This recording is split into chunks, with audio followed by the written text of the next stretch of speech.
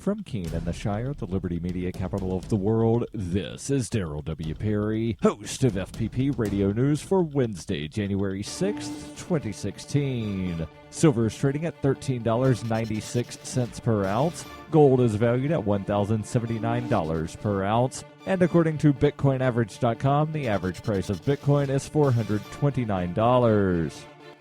Antiwar.com reports while most of the focus on the Syrian peace talks scheduled for later this month has been what impact the growing acrimony between Iran and Saudi Arabia will have, it may ultimately be disagreements between Syrian factions that keep the process from going forward. Syrian rebels on Tuesday informed the UN Special Envoy trying to organize the talks that the Assad government has to comply with a series of demands dubbed confidence-building steps before they will even agree to attend the meeting. The demands are significant, including a unilateral release of rebel prisoners and a full halt to Syrian airstrikes on rebel territory, which is almost certainly a non-starter and will likely mean that the talks themselves are simply not going to happen. This has been a recurring problem with international attempts to get a Syrian peace process going, as there have been virtually no cases where both the rebels and the government agreed to attend the same meeting, and with the US, Russia, and other organizers still arguing over what rebels they even intend to allow to attend, the chances are high the meeting could open with no opposition presence. For nearly 40 years, Roberts & Roberts Brokerage has been a trusted source for buying and selling precious metals like gold and silver. They also take Bitcoin for precious metal purchases and have permanently removed the minimum purchase amount for all orders paid in the digital currency. Call Roberts & Roberts today for knowledgeable advice on buying and selling precious metals and a forward-thinking approach to new technologies. 800-874-9760 or visit online at rrbi.co.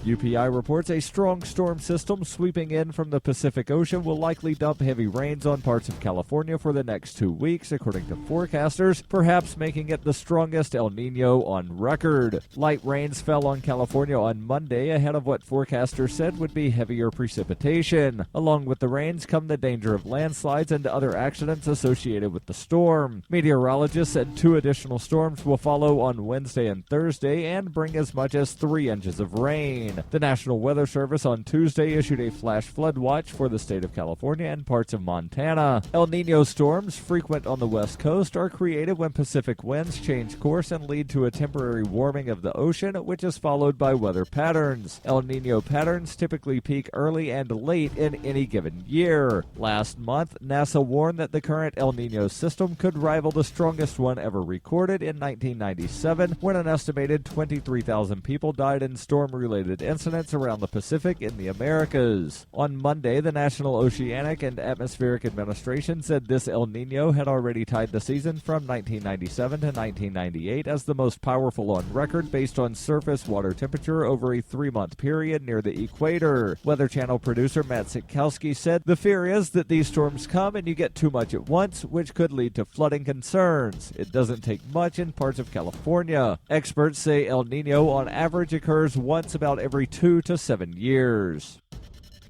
If you're fed up with the government running every aspect of your life, but you're not listening to the Lava Flow podcast yet, what's wrong with you? Go right now to thelavaflow.com/listen. The Lava Flow podcast, channeling the flow of information to the libertarian, anarcho-capitalist, voluntarist, and agorist community. Subscribe today using any podcatcher at thelavaflow.com/listen, or just go back to sucking up to the government. The Lava Flow podcast, striking the root every episode.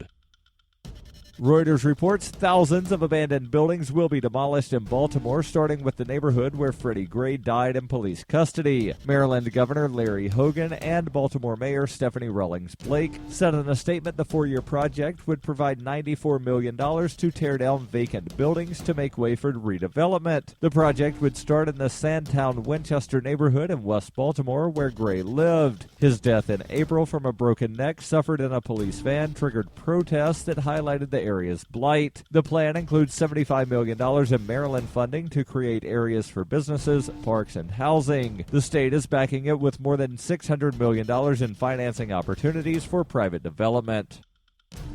This has been FPP Radio News, online at fppradio.com.